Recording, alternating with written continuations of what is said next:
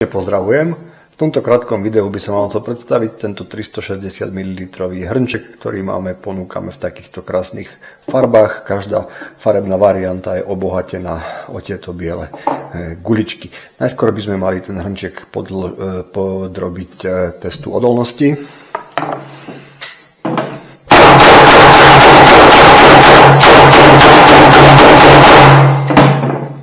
Kedy vidíte, že sa naozaj jedná o kvalitnú keramiku, o kvalitný porcelán, ktorý má na sebe kvalitnú glazúru. Tá vnútorná strana toho hrnčeka je takáto biela. Každá farebná varianta obsahuje tento čierny pasík, tento čierny lem.